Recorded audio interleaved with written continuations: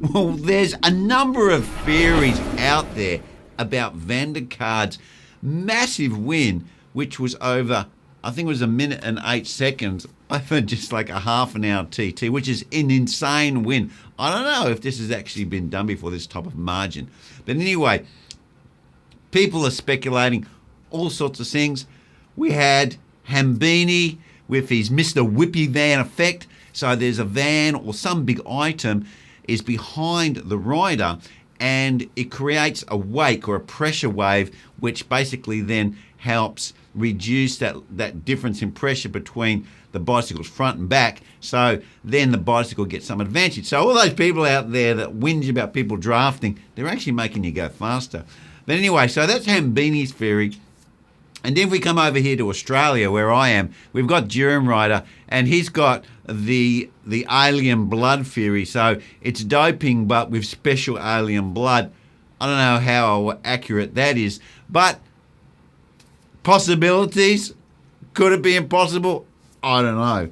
But there is other theories out there, and I have a theory as well, which is probably even more radical than any of these. So let's draw the intro, and let's have a little bit of a talk about what could have happened here to set this unprecedented gap between the first and second rider and any of the other riders that are in the peloton on these TT bikes.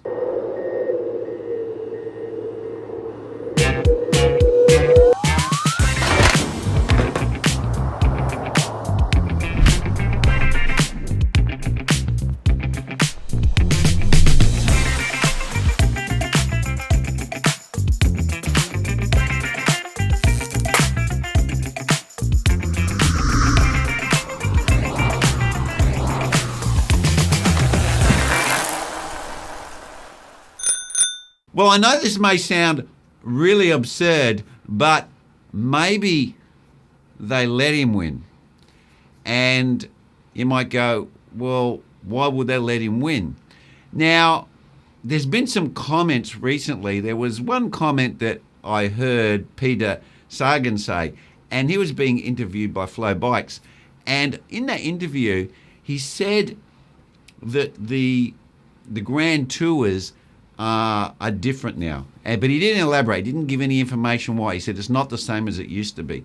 Now, you can make of that what you will, but in my book here, I look at it like you need to do more as what you're told. It's not about every man for himself out there trying to win. You need to behave as you're supposed to behave, and you need to do what you're told to do, and you need to ride what you're told to ride, and you need to position yourself throughout the race how they tell you to.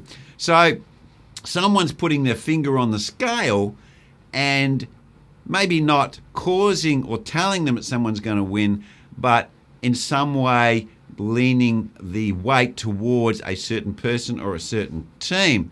And this could be that they pass the wins around. It could be that it's advantageous to the sport as a whole. Someone may see that it's advantageous. It could be the fact that people are putting money in people's top pockets. Who knows? But also, you could think about it like, let's just say, like we've had in other sports, especially cricket, which we play in Australia, where people agree to basically play a game in a certain way or play a sport in a certain way.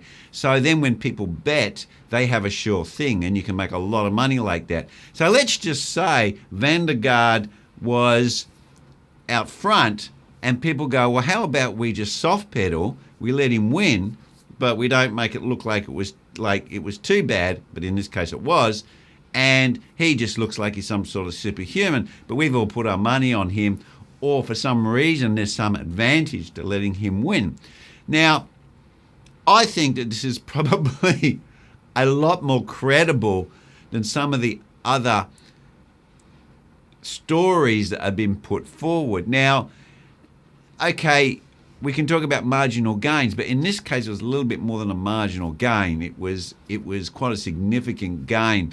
And you really say to yourself, with the TT bikes and the technology they're using in TTs, where they're all pretty much of a muchness these days, these teams are multi-million-dollar teams, and they're getting their riders and everything. They practice in certain positions, and they've got wind tunnels, they've got everything all at their disposal to be able to optimize themselves for these positions. And we've seen that with the hour records like Alex Dorset and so forth, how they set the bike cut specifically for the rider to get them as aero as possible. So these teams and the technology out there is not like, you know, a bit of rough and guts and we just bolt something on here and there and just see if it works a bit better. They really know what they're doing. We've had a lot of experience over a lot of decades how to get these bikes aero. Now, if someone said like, hey, look, we just want you to soft pedal a bit, or we just want you to do this, or we just want you to do that, we'll look after you, don't you worry, then it's basically you're doing a fall, or you're taking a fall for the race so someone wins. And then there's some advantage to either the teams or the riders for doing that. And there could be, I do believe that there's been people putting finger on the scales in the Tour de France and these GC races for quite a long time. I mean, even with the way the UCI applies rules, seems very crazy sometimes how they apply it to some people but not other people. And I think that that's all part of people putting their finger on the scales, because either the UCI or the group or the teams have agreed to a certain outcome. I've got no proof of that. That's just my opinion.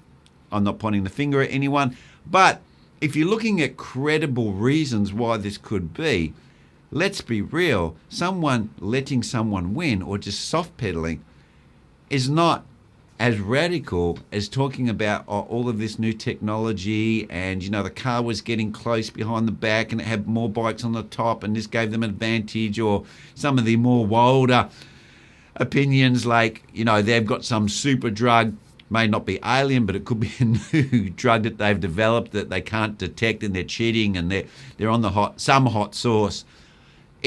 That's probably a little bit less credible than people saying, hey, we will just let him win. Well, anyway, guys, leave your comments down below. Do you think that there could be some agreements within the peloton and the teams to allow this to happen from time to time? Or do you think, no, everything's above board and you just did a superhuman effort? Well, anyway, guys, that's where I'm going to leave it, and I will see you next vid.